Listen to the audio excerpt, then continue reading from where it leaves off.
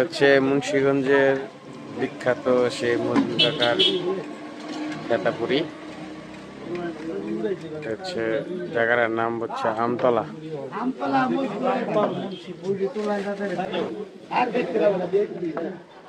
কাকা প্রতিদিন কত পিস বেছেন?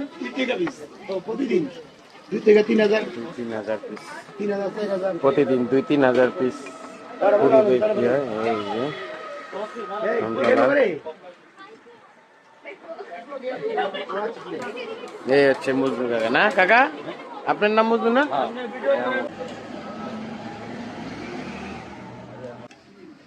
দুই পাতের টক না, একটা টমেটো আর থেকে সরিষা মিক্স